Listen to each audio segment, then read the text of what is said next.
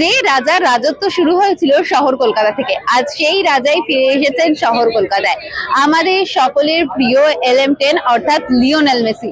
আমাদের সকলেরই মনে আছে 2011 সালের 2রা সেপ্টেম্বরের কথা, যেখানে অধিনায়ক হিসেবে নিজের প্রথম ম্যাচ খেলেছিলেন লিওনেল মেসি। স্থানটা ছিল শহর কলকাতা সল্ট লেকের যুব ভারতের ক্রীড়াঙ্গন, বিপক্ষ ছিল ভেনেজুয়েলা। আর আজ শিকড়ের টানে প্রায় 14 বছর পর ফের শহর কলকাতায় এসেছেন লিওনেল মেসি। আমরা সকলেই জানি রাত প্রায় 1:30টা নাগাদ তিনি কলকাতায় এসে পৌঁছেছেন এবং এই মুহূর্তে কিছু জাঁকজমকপূর্ণ অনুষ্ঠান করার পর তিনি যুব ভারতী ক্রীড়াঙ্গন স্টেডিয়ামে পৌঁছাবেন। সেখানে অনেক জমকালো অনুষ্ঠান তার জন্য আয়োজন করা হয়েছে। তবে তার জন্য যে বিশেষ উপহারের আয়োজন করা হয়েছে, সেই বিশেষ উপহারের সামনে এই মুহূর্তে আমি ঈশা রয়েছি। আমরা ঠিক রয়েছি লেক টাউনে। আমি আমার চিত্র সাংবাদিককে দেখাতে বলবো লেক টাউনে মেসির জন্য যে বিশেষ উপহারের আয়োজন করা হয়েছে সেটা হচ্ছে মেসির 70 ফুটের একটি মূর্তি, যার নাম দেওয়া হচ্ছে মনুমেন্টো দে মেসি।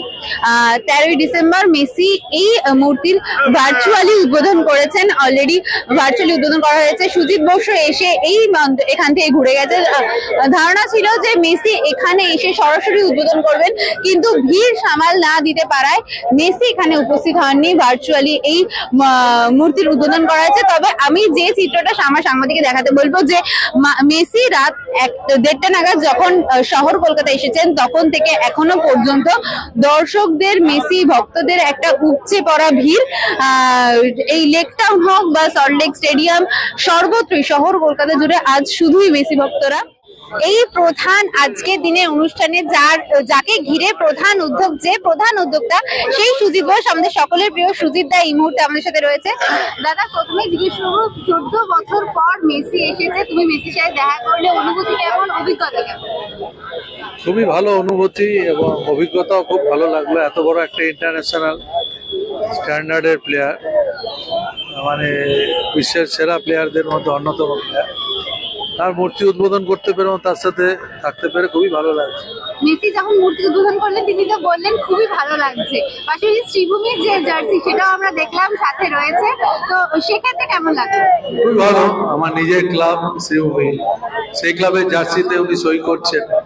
সেই ক্লাবের জার্সি যেমন সই করেছেন তিনি, তেমনি নিজের মূর্তি তিনি উদ্বোধন করে নিজে খুব খুশি। সেটা তো তার বক্তব্য এবং তারকে দেখেই বুঝলেন।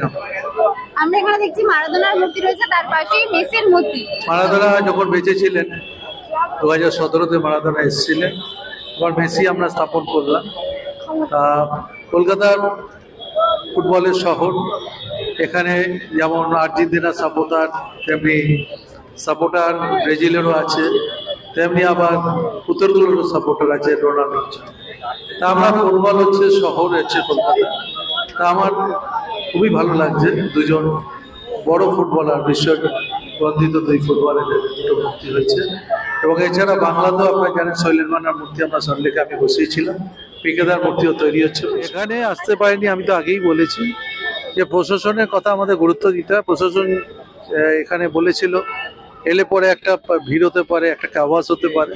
তা আমরা প্রশাসনের কথা মেনে নিয়েছি এবং আমরা মনে করি অ্যাডমিনিস্ট্রেশনকে কখনো চ্যালেঞ্জ করা উচিত না। অ্যাডমিনিস্ট্রেশন যেটা বলে, কিন্তু তার পরিবর্তে যেটা আমরা পেয়েছি সেটা তো অনেকক্ষণই 15 মিনিট প্রায় উনি ছিলেন আমাদের সাথে এবং তিনি ভার্চুয়ালি এটা করেছেন, সেটা সবাই দেখেছে। আচ্ছা, ভারতীয় ফুটবলে যারা লেজেন্ড যেমন সুনীল ছেত্রী বা বাইচুং ভুটিয়া, তাদের কি কোনো মূর্তি করার হবে?